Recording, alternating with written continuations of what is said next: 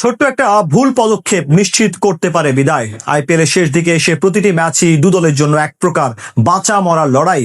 আর এমনই এক লড়াইয়ে জ্বলে উঠেছে কলকাতার বোলাররা। স্বাগতিক দিল্লির বিপক্ষে ঘূর্ণি জাদু দেখিয়েছেন সুনীল নারিন, বরুণ চক্রবর্তীরা। ফলে ঝড় শুরুর পরেও অল্পতেই শেষ হয়েছে দিল্লির ইনিংস।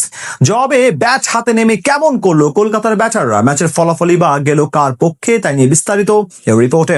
আইপিএল এর প্রতিটি ম্যাচই যেন এক একটা গোলক ধাঁধা। খেলা কখন কার দিকে ঘুরে যায় বোঝা বড় দায়। কলকাতা নাইট রাইডার্স এর অবস্থাটাও যেন একই রকম। আসরের প্রথম 6 ম্যাচ ধরে না জেতা শাহরুখ খানের দল হুট করেই যেন বদলে গেছে। স্পিনারদের কল্যাণে সবশেষ 3 ম্যাচেই জয় পাওয়া কলকাতা এদিন দিল্লির বিপক্ষেও বল হাতে দেখিয়েছে মুনশিয়ানা। বিশেষ করে মাঝের ওভারে রান চাপানোর কাজে নারিন, বরুণ চক্রবর্তীরা নিজেদের সামর্থ্যের প্রমাণ দিয়েছেন আরো একবার।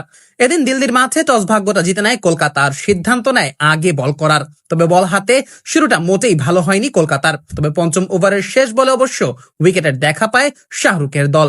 কার্তিক ত্যাগীর বলে ফিরতে হয় লোকেশ রাহুলকে। ক্যামেরন গ্রিনের হাতে ক্যাচ দেওয়ার আগে তার ব্যাটে আসে 14 বলে 23 রান।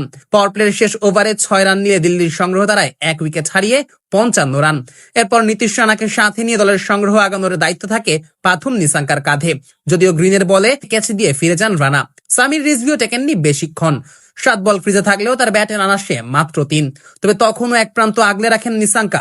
ইনিংসের 11তম ওভারের প্রথম বলে বাউন্ডারি মেরে মাত্র 29 বলে ব্যক্তিগত অর্ধশতকের দেখা পান লঙ্কান এই ব্যাটার। যদিও অর্ধশতক হাঁকানোর পরের বলেই বিদায় নিতে হয়েছে তাকে। সুনীল নারায়ণের বলে আউট হয়ে ফিরতে হয়েছে স্ট্যাম্পিং হয়ে। একই ওভারে বিদায় নিয়েছেন ট্রিস্টন স্টাবসো। ঘূর্ণি না সামলাতে পেরে 4 বলে মাত্র 2 রান করেই বোল্ড হয়ে ফিরেছেন এই প্রোটিয়া ব্যাটার। 11 ওভারে 89 রান তোলা দিল্লি পরের 5 ওভারে রান তুলেছে মোটে 11। অক্ষর প্যাটেল কিংবা আশুতোষ শর্মা দুজনেই যেন ব্যাটিং করাটা ভুলে গিয়েছিলেন। ফলে 16তম ওভারের শেষ বলে দলীয় 100-তে পৌঁছায় স্বাগতিকেরা। পরের 2 ওভারে অবশ্য আশুতোষ শর্মা কিছুটা রান করার চেষ্টা করেছিলেন। 2 ওভারে হাঁকান 2টি ছক্কা ও 2টি 4-এর মার।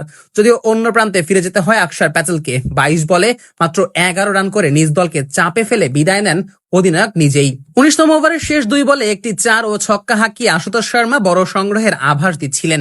তবে শেষ ওভারে গিয়ে কার্তিক ত্যাগীর শিকার হয়ে ফিরতে হয়েছে আশুতোষকে।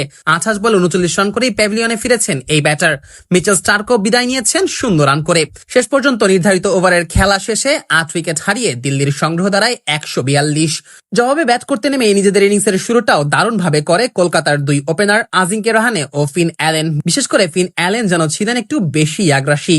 তৃতীয় ওভারেই ফিরে যান আজিঙ্কে রাহানে। রান আউটের ফাঁদে পড়ে বিদায় নিতে হয়েছে কলকাতার এই অধিনায়ককে। যদিও ওপেনার ফিন অ্যালেনের ব্যাটে ভর করে ম্যাচে জয়ের স্বপ্ন দেখতে থাকে কলকাতা। ইনিংসের 11তম ওভারের প্রথম বলে ছক্কা মেরে ব্যক্তিগত অর্ধশতকের দেখাও পান অ্যালেন।